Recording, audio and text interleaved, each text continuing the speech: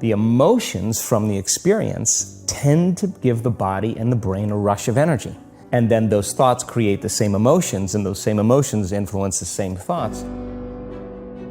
70% of the time, people live in stress, and living in stress is living in survival. Now, all organisms in nature can tolerate short-term stress. You know, a deer gets chased by a pack of coyotes. When it outruns the coyotes, it goes back to grazing and the event is over. And the definition of stress is when your brain and body are knocked out of balance, out of homeostasis. The stress response is what the body innately does to return itself back to order. So you're driving down the road, someone cuts you off, you jam on the brakes, you may give them the finger, and then you settle back down and the event is over and boom, now everything's back to normal. But what if it's not a predator that's waiting for you outside the cave, but what if it's your coworker sitting right next to you? And all day long, you're turning on those chemicals because they're pushing all your emotional buttons. When you turn on the stress response and you can't turn it off, now you're headed for disease because no organism in nature can live in emergency mode for that extended period of time. It's a scientific fact that the hormones of stress downregulate genes and create disease, long-term effects. Human beings, because of the size of the neocortex, we can turn on the stress response just by thought alone. We can think about our problems and turn on those chemicals. That means then our thoughts could make us sick. So if it's possible that our thoughts could make us sick, is it possible then our thoughts could make us well? The answer is absolutely yes. So then, what are the emotions that are connected to survival? Let's name them. Anger, aggression, hostility, hatred, competition, fear, anxiety, worry, pain, suffering, guilt, shame, unworthiness, envy, jealousy. Those are all created by the hormones of stress. And psychology calls them normal human states of consciousness. I call those altered states of consciousness. So then we tend to remember those traumatic events more because in survival, you better be ready if it happens again. And when the survival gene is switched on, you could have 10 really great things that happen to you in your day. And you just have one bad thing that happens and you cannot take your attention off that unhappy thing because the survival gene is switched on.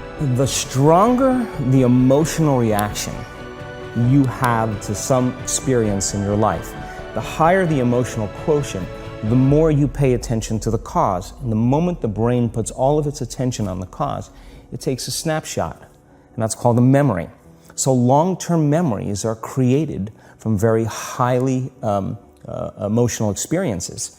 So what happens then is that people think neurologically within the circuitry of that experience, and they feel chemically within the boundaries of those emotions. And so when you have an emotional reaction to someone or something, most people think that they can't control their emotional reaction. Well, it turns out if you allow that emotional reaction, it's called a refractory period, to last for hours or days, that's called a mood. I say to someone, hey, what's up? You say, I'm in a mood. Well, why are you in a mood? Well, I had this thing happen to me 5 days ago and I'm having one long emotional reaction. If you keep that same emotional reaction going on for weeks or months, that's called temperament. Why is he so bitter? I don't know, let's ask him. Why is he so bitter? Why are you bitter? Well, I had this thing happen to me 9 months ago. And if you keep that same emotional reaction going on for years on end, that's called a personality trait. And so learning how to shorten the refractory period of emotional reactions is really where the work starts. So then people, when they have an event, what they do is they keep recalling the event because the emotions of stress hormones, the survival emotions, are saying pay attention to what happened because you want to be prepared if it happens again. Turns out most people spend 70% of their life living in survival and living in stress. So they're always anticipating the worst case scenario based on a past experience. And they're literally, out of the infinite potentials in the quantum field, they're selecting the worst possible outcome and they're beginning to emotionally embrace it with fear. And they're conditioning their body into a state of fear. Do that enough times, the body has a panic attack without you. You can't even predict it because it's programmed subconsciously. So then you say to the person, why are you this way? And they'll say, I am this way because of this event that happened to me 15 or 20 years ago. And what that means from a biological standpoint is that they haven't been able to change since that event. So then the emotions from the experience tend to give the body and the brain a rush of energy. So people become addicted to the rush of those emotions, and they use the problems and conditions in their life to reaffirm their limitation, so at least they can feel something. So now when it comes time to change, you say to the person, why are you this way? Well, every time they recall the event, they're producing the same chemistry in their brain and body as if the event is occurring, firing and wiring the same circuits and sending the same emotional signature to the body.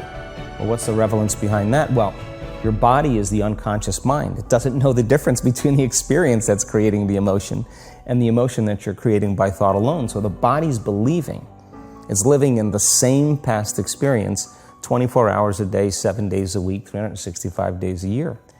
And so then when those emotions influence certain thoughts, and they do, and then those thoughts create the same emotions, and those same emotions influence the same thoughts, now the entire person's state of being is in the past.